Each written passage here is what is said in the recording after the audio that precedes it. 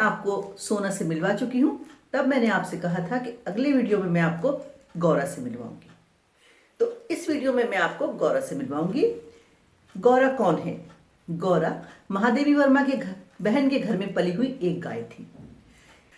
तो वो महादेवी वर्मा जिनका जन्म फर्रुखाबाद में 1907 में हुआ था, उनकी बहन श्यामा के घर एक गाय थी, जो श्यामा ने कहा कि अब महादेवी वर्मा उसको पाल लें, क्योंकि उनके पास जगह की कमी हो रही थी। श्यामा की बात का असर महादेवी पर फौरन हो गया और वो उस गाय को देखने के लिए तैयार हो गई। जब उन्होंने उस गाय को देखा तो वो कुछ इस प्रकार की थी। पुष्ट लचीले पैर, भरे पुट्ठे चिकने, भरी हुई पीठ, लंबी सुडौल गर्दन, निकलते हुए छोटे छोटे सींग, भीतर की लालिमा की झलक देते हुए कमल की दो अधखुली पंखुड़ियों जैसे कान, लंबी और अंतरिम छोर पर काले सघन चामर का स्मरण दिलाने वाली पूंछ, सब कुछ सांचे में ढला हुआ था। ये था गौरा का रूप सौंदर्य, जिसको देखने के बाद महादेवी ने फौरन निश्चय कर लिया कि वो इस गाय को पाल लेंगी। गौरा देखने में इतनी सुंदर थी कि जिधर भी प्रकाश पड़ता था उसके रोए चमकने लगते थे, लगता है जैसे अब्रक का चूर्ण मर लिया गया हो।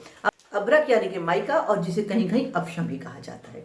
तो महादेवी ने उस गाय को पाल लिया। गाय उनके बंगले पे आ गई और जब महादेवी के बंगले पर गाय आई तो सबने उसका बहुत ही सत्कार किया, उसको फूलों की माला पहनाई, उसकी आरती उतारी और सभी तरफ के लोग उसके पास आ गए। महादेवी लिखती हैं कि इन सब का उस पर क्या प्रभाव पड़ा ये तो उन्हें नहीं पता, लेकिन उनको लगा जैसे वो बहुत ही इस कार्य से बहुत ही प्रसन्न है। महादेवी के यहाँ बहुत से पशु पक्षी थे, जो कुछ बहुत ही आकार में लघु थे और कुछ बहुत बड़े थे।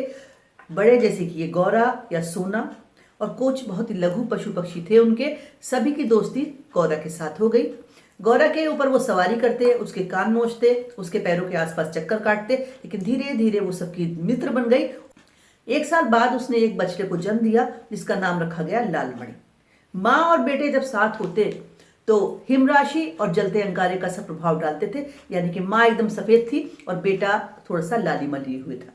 महादेवी ने उसका भी वर्णन किया है कि बहुत ही सुंदर था, लगता था जैसे उसके माथे पर तिलक लगाया गया हो, ऐसा लगता था जैसे उसके पैरों में चारों तरफ वलय हो। वलय का अर्थ होता है बच्चों घेरे, घेरे को वलय कहते हैं। लालमणि अपनी माँ के साथ खेलता कूदता।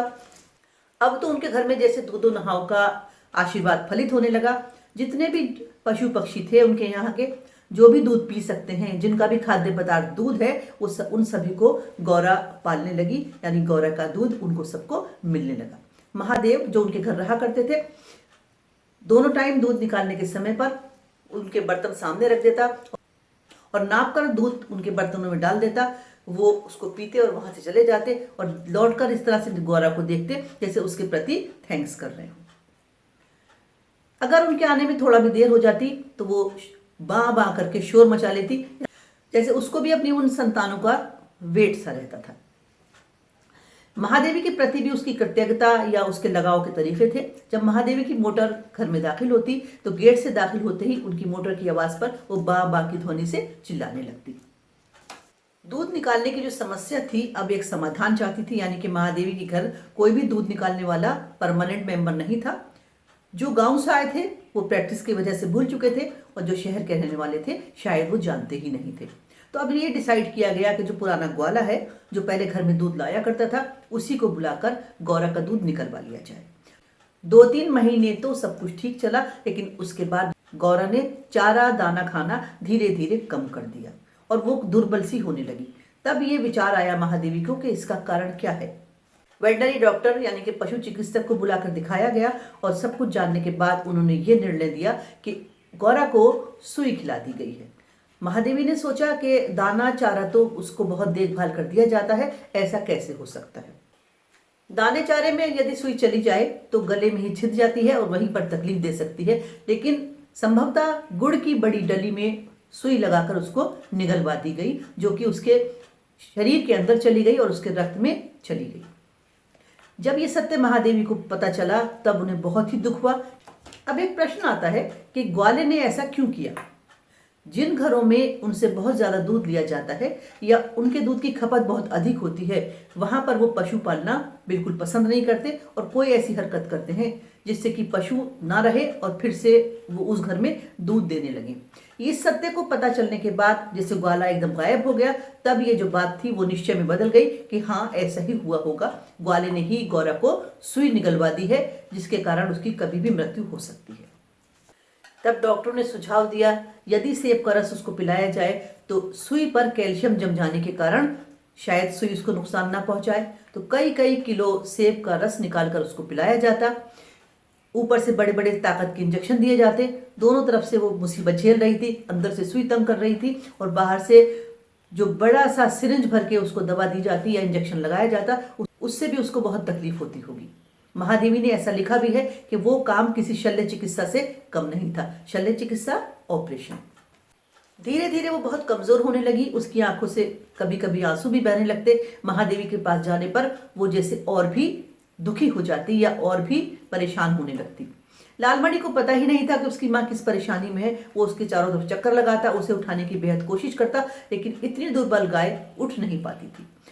लखनऊ कानपुर से चिकित्सक बुलाए गए, वो विशेषज्ञ थे, लेकिन किसी ने भी महादेवी को ये आशा नहीं दिलाई कि गौरा जीवित रहेगी।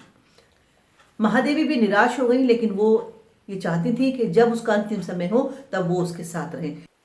और अंत में एक दिन ब्रह्म मुहूर्त में 4 बजे के करीब महादेवी गौरा के पास गई। उसने अपना सिर उनके कंधे पे रखा और वो लुढ़क कर नीचे आ गया। वो तब समझ गई कि ये उसका अंतिम समय है। हो सकता है उस समय सुई ने उसके हृदय को भेद दिया हो और वो इस संसार से विदा हो गई। गौरा को ले जाते समय जैसे करुणा का एक ज्वार उमड़ पड़ा, आसपास के लोग आ गए, लेकिन बेचारा लालमणि इसे भी कोई खेल समझता रहा और उछलता कूदता रहा। जब उसको सब लोग ले जा रहे थे तो महादेवी के मन में एक बात आई और उन्होंने यहाँ लिखा भी है, आहा मेरा गोपालक देश। यानी कि जहाँ गाय की पूजा होती है, जहाँ गाय को माँ माना जाता है, वहीं कुछ लोग ऐसे भी हैं जो अपने स्वार्थ के लिए उसे मौत की नींद सुला देते हैं, जैसे कि महादेवी की इस कहानी में उनके ग्वाले ने किया। गांधी जी ने एक जगह लिखा है, गाय करुणा की कविता है। ये थी बच्चों गौरा की कहानी, जो शायद आपने कहीं पढ़ी हो या कहीं इसका हेडिंग देखा हो। ना देखा हो तो लाइब्रेरी से महादेवी वर्मा के संस्मरण निकलवाइएगा और इसको एक बार अपने आप से डिटेल में और पढ़ लीजिएगा। अब गिल्लू की बारी है। गिल्लू यानी कि गिलहरी, जिस पर महादेवी ने गिल्लू नाम से लिखा है। वीडियो को जरूर वॉच कीजिएगा। Thank you.